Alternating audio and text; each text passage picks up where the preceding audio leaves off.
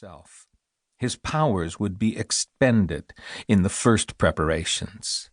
Great genial power, one would almost say, consists in not being original at all, in being altogether receptive, in letting the world do all, and suffering the spirit of the hour to pass unobstructed through the mind.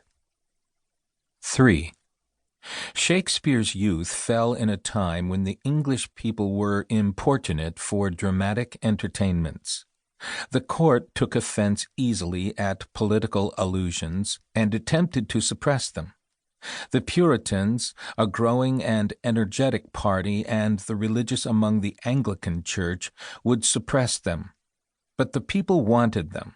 Inn-yards, houses without roofs, and extemporaneous enclosures at country fairs were the ready theaters of strolling players. The people had tasted this new joy, and as we could not hope to suppress newspapers now, no, not by the strongest party, neither then could king, prelate, or Puritan, alone or united, suppress an organ which was ballad, epic, newspaper, caucus, lecture, punch, and library at the same time.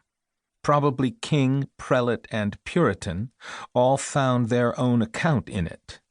It had become, by all causes, a national interest, by no means conspicuous, so that some great scholar would have thought of treating it in an English history, but not a whit less considerable, because it was cheap and of no account, like a baker's shop.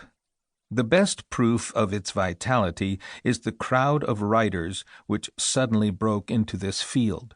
Kidd, Marlowe, Greene, Johnson, Chapman, Dekker, Webster, Heywood, Middleton, Peele, Ford, Massinger, Beaumont, and Fletcher. 4. The secure possession by the stage of the public mind is of the first importance to the poet who works for it. He loses no time in idle experiments. Here is audience and expectation prepared. In the case of Shakespeare, there is much more. At the time when he left Stratford and went up to London, a great body of stage plays of all dates and writers existed in manuscript and were in turn produced on the boards.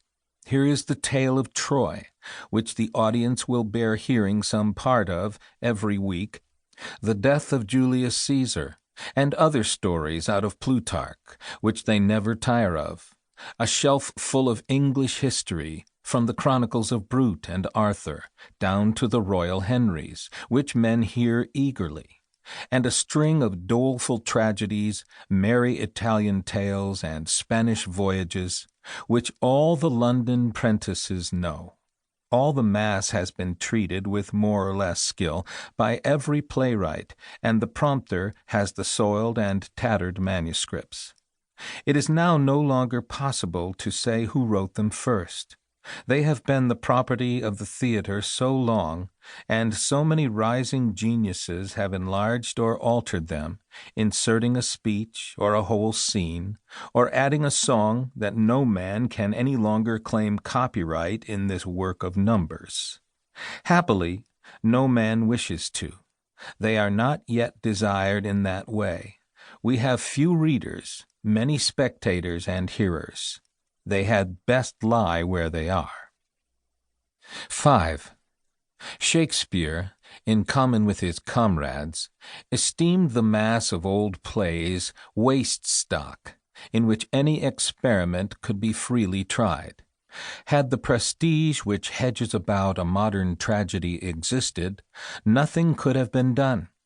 The rude, warm blood of the living England circulated in the play, as in street ballads, and gave body which he wanted to his airy and majestic fantasy.